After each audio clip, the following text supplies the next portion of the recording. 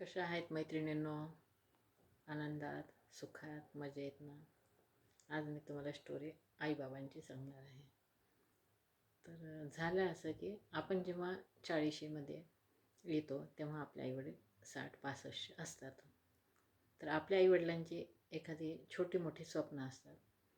तर आपल्याला वाढवत असताना, त्यांच्या मुलांची लग्न करत असताना त्यांची काही स्वप्न राहून गेलेली असतात. तर ती एखादं स्वप्न आपण पूर्ण करण्याचा प्रयत्न करावा.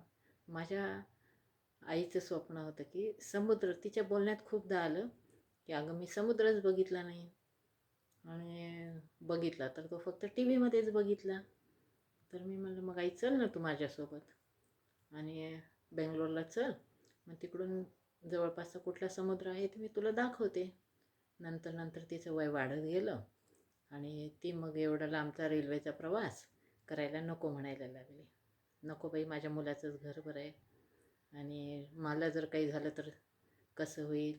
मला आता गोदाकाठीच मरण यावं आणि माझे जे काय आहे ते माझ्या मुलाच्याच घरात व्हावं. बघितलात का पहिल्यांची माणसं कशी होती? तर मुलाचं घर सोडून त्यांना जा वाटत नाही. मुलीच्या घरी थोडे दिवसासाठी येतात, पण जास्त दिवस त्यांचं मन रमत नसते.